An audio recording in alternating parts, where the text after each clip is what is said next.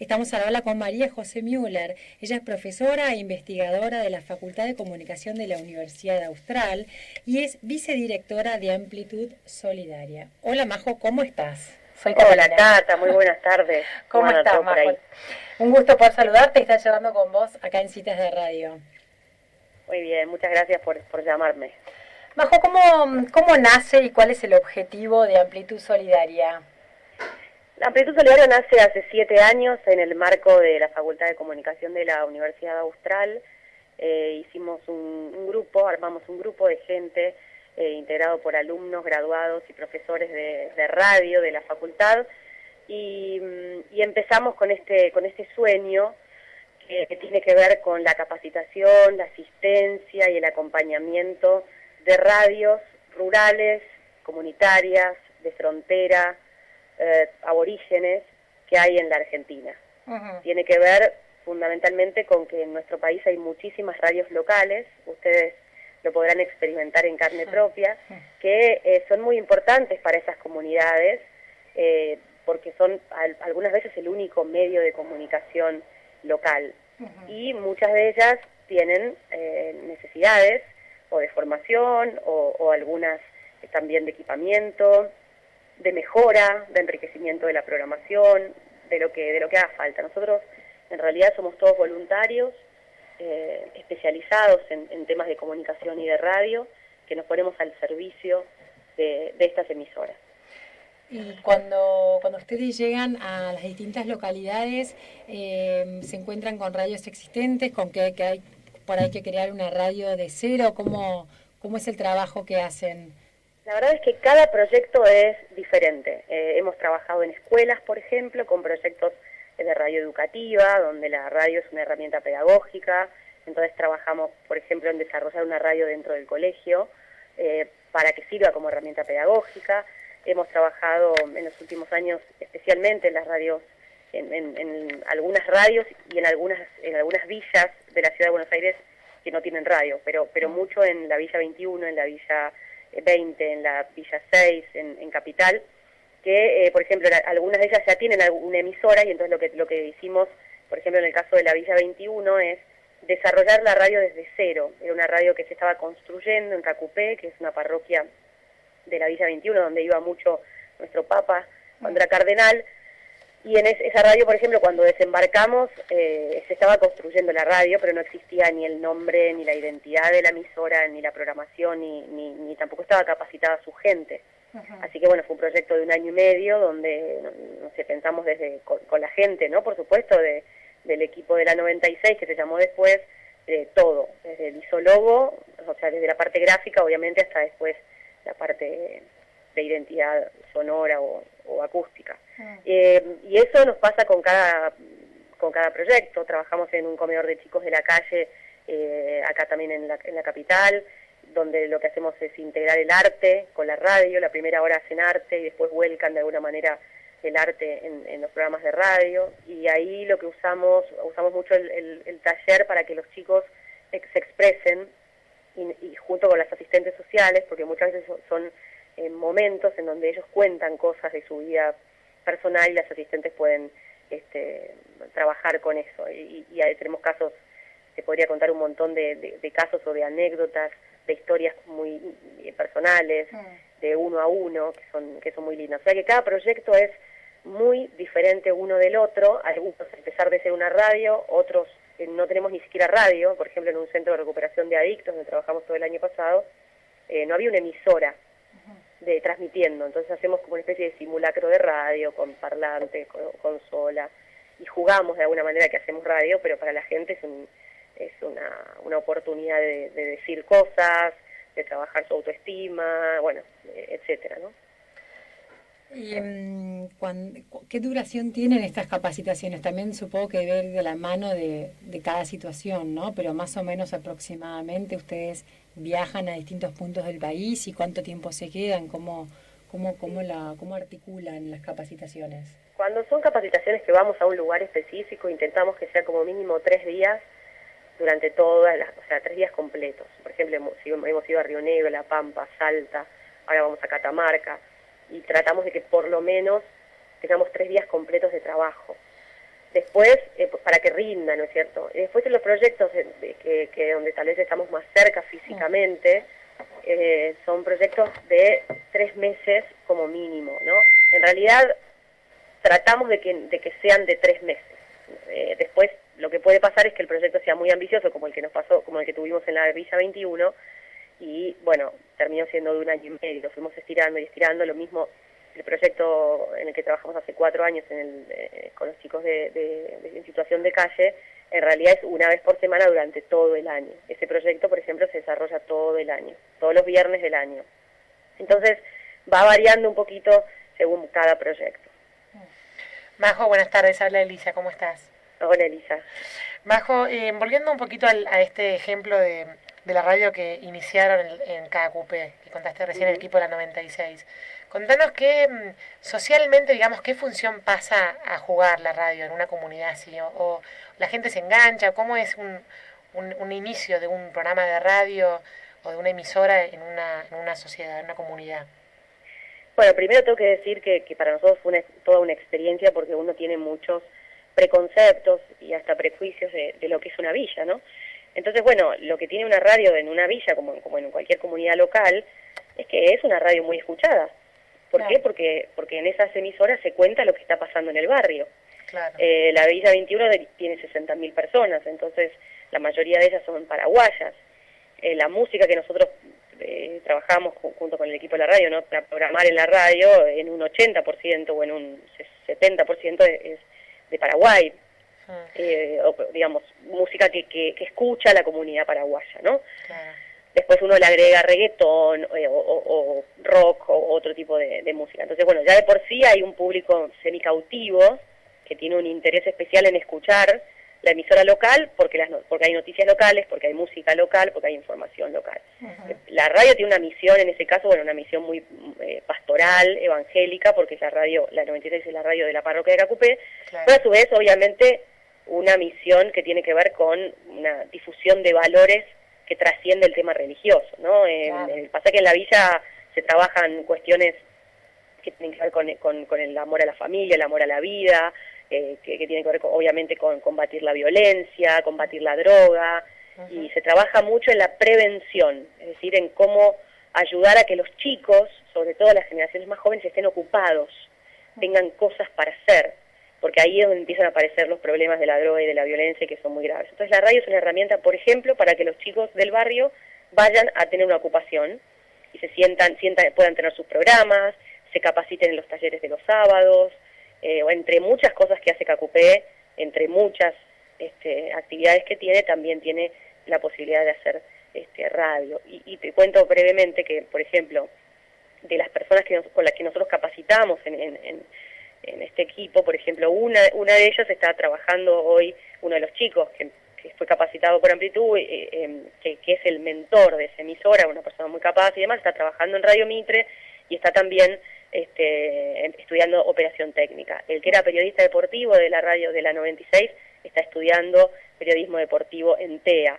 Una de las conductoras también de un programa de la radio está estudiando en éter locución.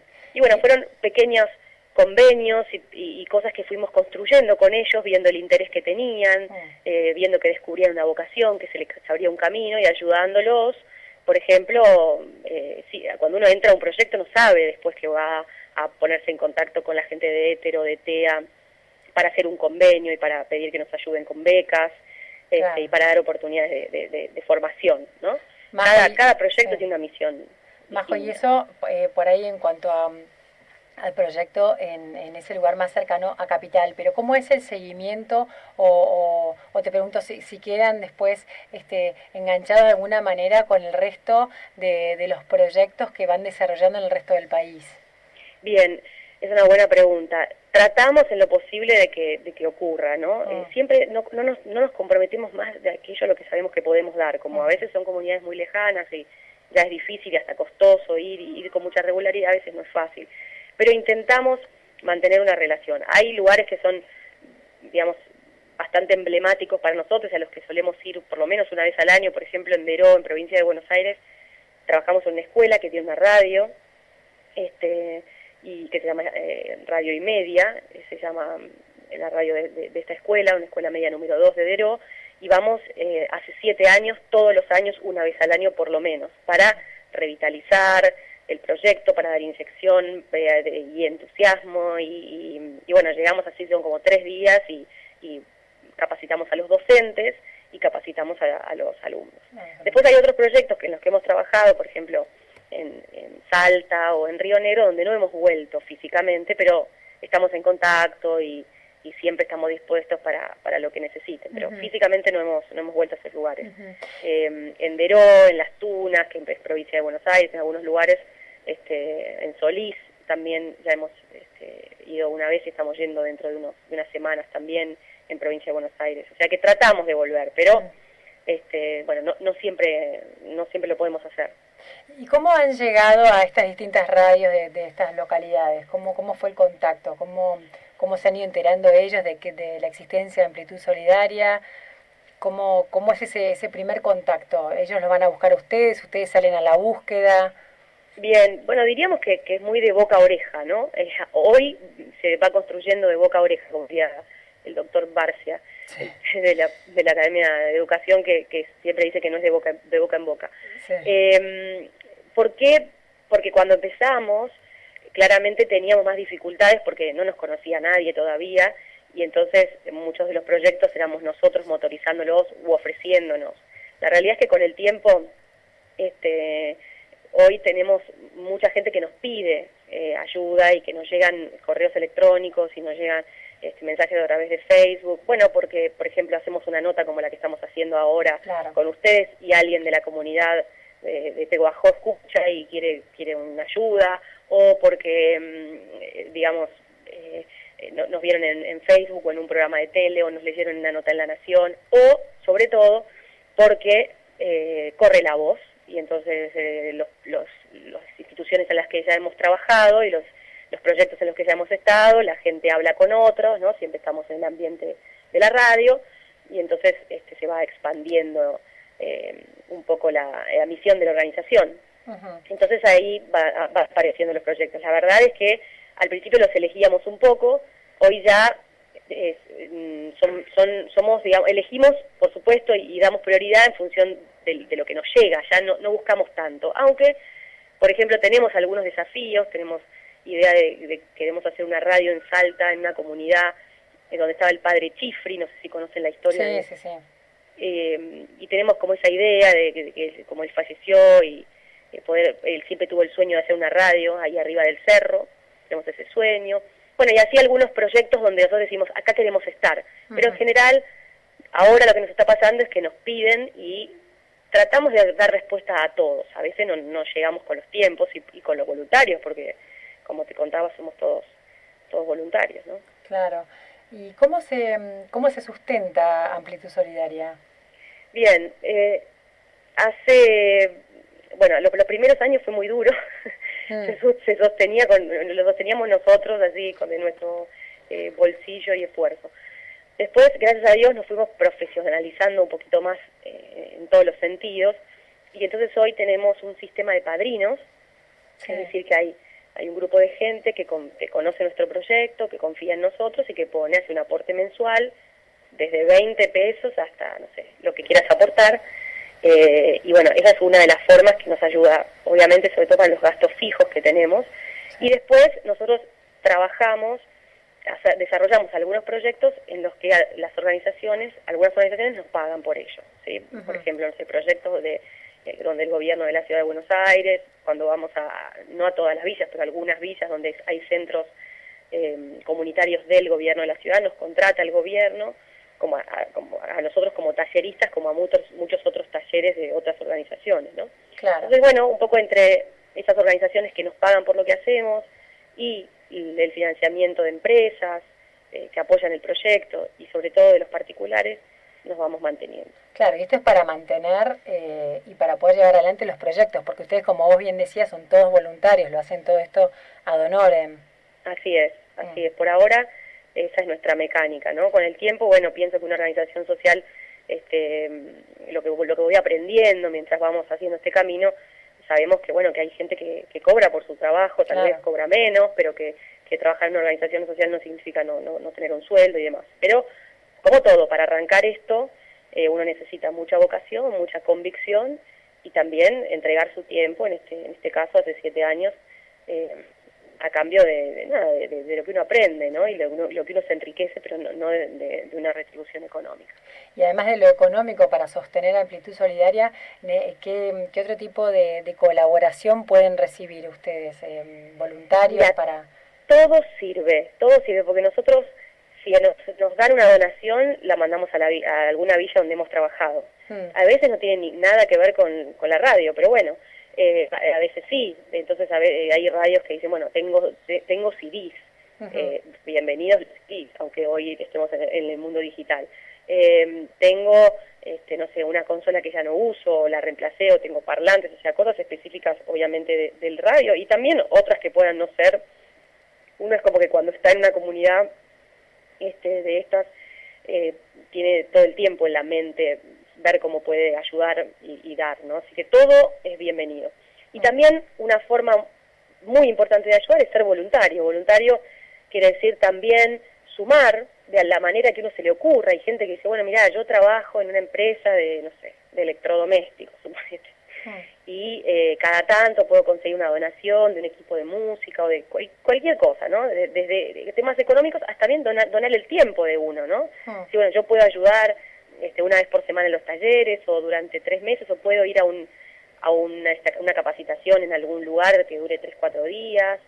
Y también es una organización, si bien nació en la Facultad de Comunicación de Austral, hoy es una organización que tiene gente de otras universidades y también gente formada, qué sé yo, en el ISER, como David, que es operador técnico del ISER, Lorena, que estudia locución, y otros tantos que se han formado en otros ámbitos, y que sobre todo es gente de radio y fundamentalmente que es gente con ganas de ayudar.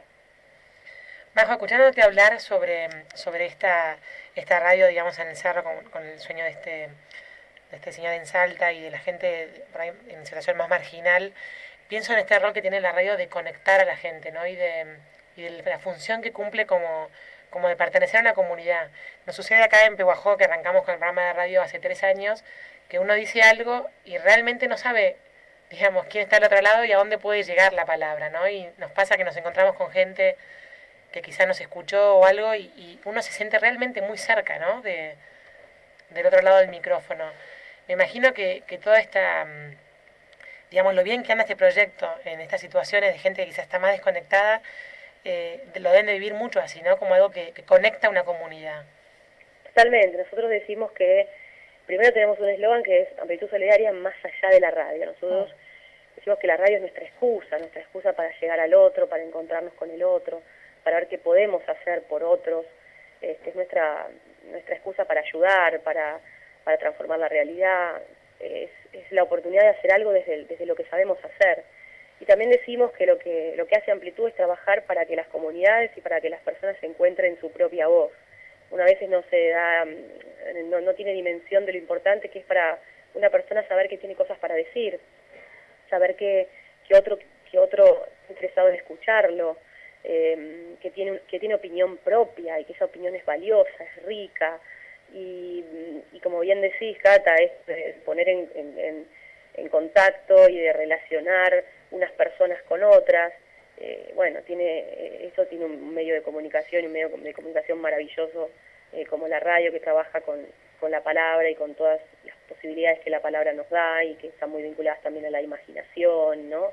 Y a todo lo que el sonido puede provocar y puede producir en nuestra mente y en nuestro corazón también, ¿no? Porque la palabra combinada con la música hace maravillas, ¿no? Majo, vamos a poner en el Facebook nuestro de la radio la página de ustedes por si alguien quiere contactarse con ustedes, y desde ya que les ofrecemos lo que podamos hacer desde citas de radio, lo que podamos colaborar con Amplitud Solidaria. Este programa sale en varias localidades, así que ojalá se siga difundiendo la actividad que ustedes hacen, y bueno, te repito, que cuenten con nosotras para cualquier actividad que realicen por la zona y que podamos ayudarlos. Fantástico. Las dejamos como embajadoras de Amplitud por ahí para cuando alguna emisora con necesidad, o una emisora en un colegio, o que se quiera desarrollar un trabajo de este tipo en esa comunidad. Contamos con ustedes como embajadoras de Amplitud, encima graduadas de nuestra querida facultad. Así que, bueno, Cata, Elisa, creo que está Paola también por ahí, les mando un beso grande. Gracias. Y les agradezco especialmente esta entrevista. Gracias, Majo.